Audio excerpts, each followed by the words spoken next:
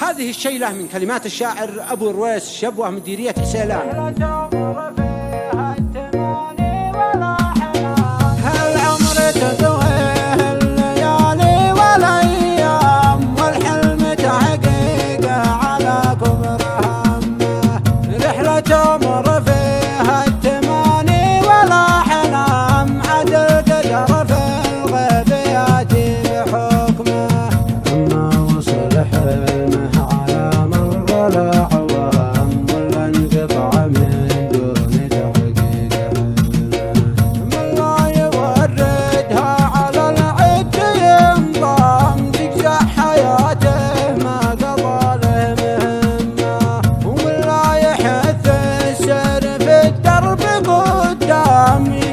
على صاف المشارب سمه واللي يهون في المواجب الآدم يسهل على كل المخالق ذمه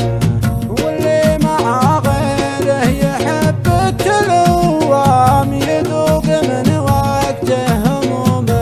وغمه واللي فلا كبر التعذر ولا التام ينباع في سوق الردى ما تهمه ما ينفعك في سوق بايع وسوام فالجود ما تسجل مع الناس راقمه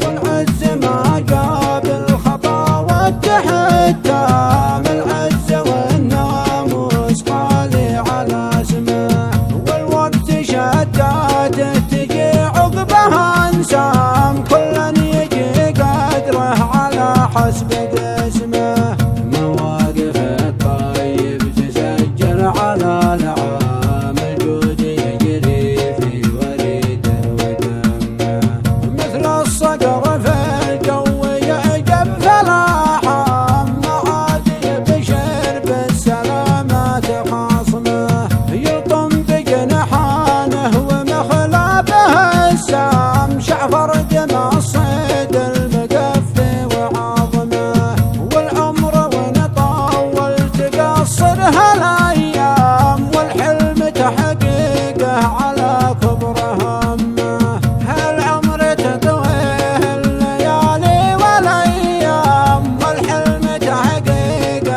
على كبر همه رحلة عمر فيها التماني والاحلام عد القدر في الغيب ياتي بحكمه اما وصل حلمه على مر الاعوام ولا انقطع من دون تحقيق حلمه